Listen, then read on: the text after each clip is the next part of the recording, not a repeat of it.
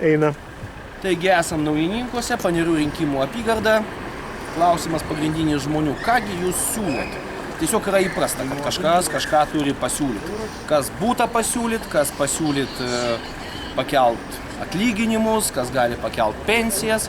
Iš tikrųjų, šventa tiesa yra tame, kad nieks negali prie dabartinės ekonominės situacijos, nieks negali pasakyti, kad atlyginimai kils.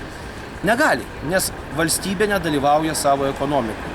Aš kalbu su žmonėmis ir sakau, gerbėmieji, jums gali žadėti bet ką, bet kai yra privatizuojamas valstybinės įmonės, kai yra monopolijos, komunalinės monopolijos, šildymo, vandens bandoma atiduoti komunalinės monopolijos į privačias rankas, iš kur valstybė paims pinigų.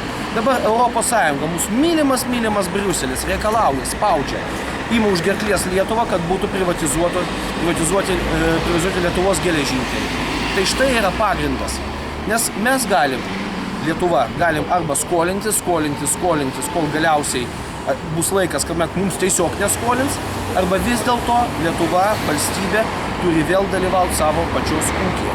Man sako, kad tai yra socializmas, kad tai yra bolševikai, šiandien gerbėmieji, tą patį daro norvegai, tą patį daro švedai. Galiausiai, kiekvienas litras degalų nupirktas Statoile, tai yra indėlis į Norvego socialinę gerovę, nes Statoilas yra valstybės įmonė.